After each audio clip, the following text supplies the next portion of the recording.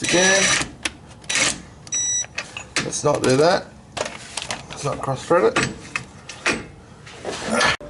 Hi, I'm Tangles. This is my garage, and this is my car. Okay, so feed this back in. There's just a gap up here in front of the fuel tank, which I'm able to get this into, and with a bit of jiggery pokery and a little bit of my old mate olive oil and some good old fashioned brute force, it won't go in. Go in, you bastard. Come on.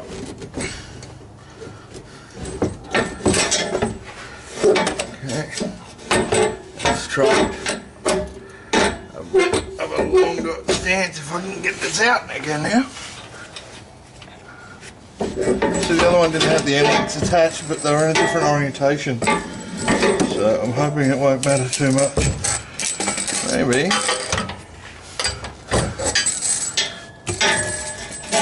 I can do it like so. That looks reasonably promising. So hitting the subframe back there, Ty. There we go.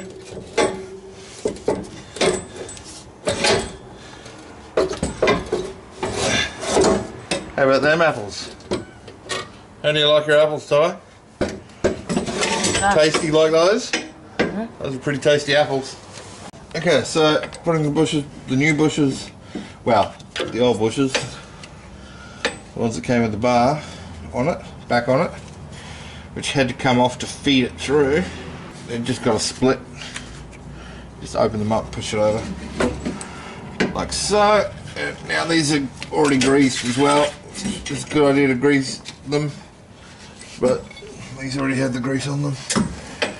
Nothing's easy, especially when you're under a car. That's approximately somewhere near where it needs to be. Let's just stick one of these in a few threads just to hold everything in place. Okay, there's that. Now the handling is a different size. It's also bigger. As a result, it's got a bigger bolt nut assembly. It's not 14, 16. Ty. Alright, so this is a 17mm on here, and it was loose already. So as soon as I tried to put the socket on it, it freed up. Take this bushing off and feed it up through our hole.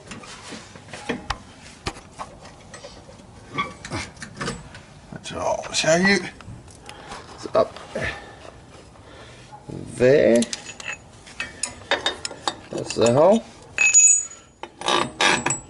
And the bush goes on the top side, which you can't see. And I'll show you after. And I need 2 hands, otherwise I'll push the rod back through the hole when I do this.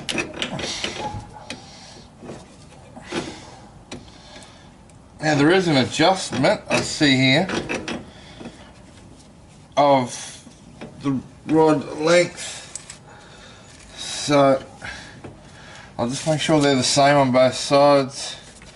Shortening it up obviously should make it tighter. Making it longer will make it more flexible, therefore looser. But I will double check with some Google action on that before committing to anything. And just get that finger tight. Okay, so it's sitting in, can't fall out now. So the other side, the D bush on, D bracket. Let's get them about where they need to be to start with, because that tightens it up. Beautiful. I have a bolt in. Have another bolt in. Front. There we go. Pull this nut off. I may have stuffed this up. I may not be able to get this in position with that done up. Let's have a look.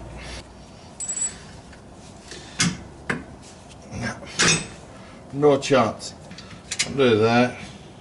Slip it out of that other one. Push him up. through the hole and then get them back up.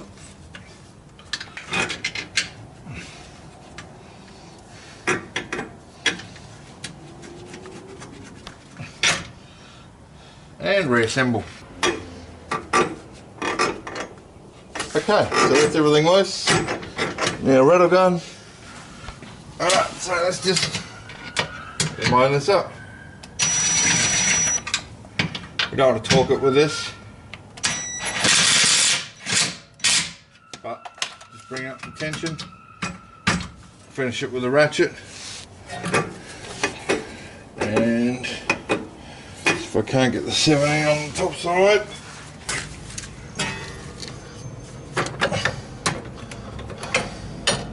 nah, this arm's in the way. Can't be done by hand. With a shorter socket. Okay, alright, so here's the top of the inlet. Let's do it in do-up mode. We have a little while to go. We might need the deep socket in the end.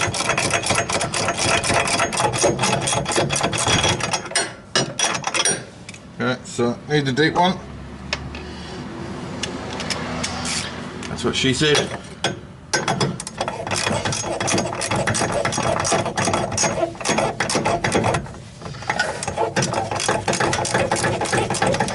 Okay, it's starting to tighten up, and I want to do it up all the way yet, until I get the other side started as well.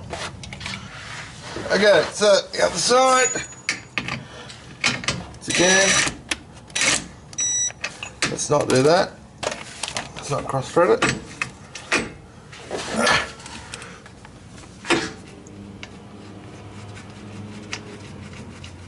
Yep, that's alright.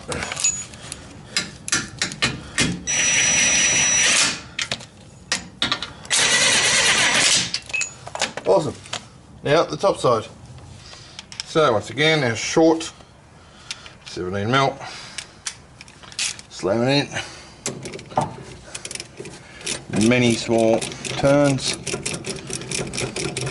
Too tight for fingers, almost too loose for the ratchet. Typical. Over the long socket. Now, I'm not 100% sure what sort of torque settings this should be, but I'd estimate somewhere in the range of fucking tight. So, and get a bit of an idea by the amount of compression on the bushing. So that's similar to what was there before. And if I can see underneath, it's compressed equally, so I think I'll just go a couple more turns and that'll be enough. Can't see, I'm blind.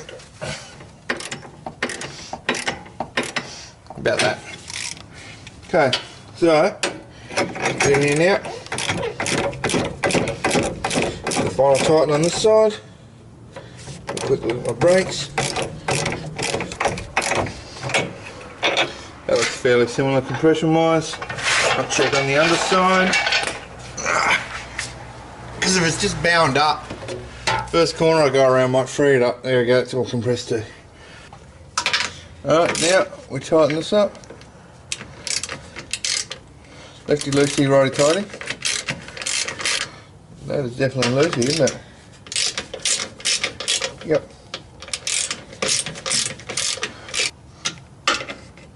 Put it up nice and even across the bear.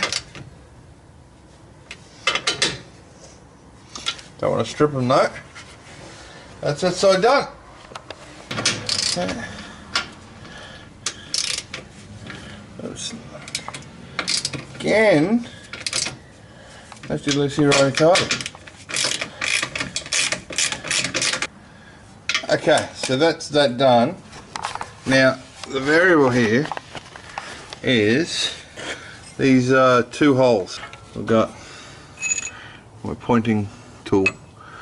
1, 2 holes. So there's a soft and a hard setting in this bar for the rear. There's 4 points of adjustability on the front one. Oh, the rear's only got 2. Now I'm going to go max hard. Reason for that is the wing. So being too hard may induce oversteer. and I don't want to be understeery with the wing. So max hard on the front and max soft on, max hard on the rear, max soft on the front is what I'm going to go with, and that looks like it's on max soft. I'd say it should be in the rear one for hard, because it puts it under more tension here. Yeah, but I'll double check that and then make sure that's in the right one. But yeah, that's it, the bar's installed. So that's the rear one, got the front one to do. But right now I'm gonna go cook some chicken Kiev and eat it. Okay, research on Whiteline sway bars. Listen and watch carefully. Now, to verify or to say how we make them adjustable, by changing the distance between the D-bush mounting and where the sway bar link bolts on, we actually change the reaction or the lever force that's within the sway bar. So by bringing the sway bar link closer to the D-bush, we're making that sway bar stronger. By moving the link away, we're making that arm longer, making the sway bar softer. We've advertised... So closer to the D is stiffer, and that's what I've got. So that's tops, and the opposite is true. So this is actually a 22. The middle, the D-bush, make 25 mil. This is the D-bush right back up here.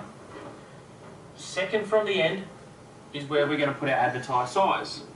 We go, say this is a 24 mil bar, one away from the D-bush, 23. Back to 24, 25, and 26. Alright, so that's how... So closer to the D-bush is stronger, tighter, harder, stiffer. So I'm closest to the D-bush on the rear, and I've got to be furthest away from the D-bush on the front to achieve maximum hard on the rears, maximum soft on the fronts. Thank you, Mr. Whiteline. So the final step, now I've confirmed that is right, we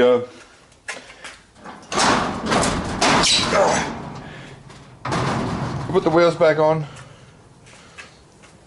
take the axle stands out, put the car back down. That's it, and that's the rears done. That's all I need to do.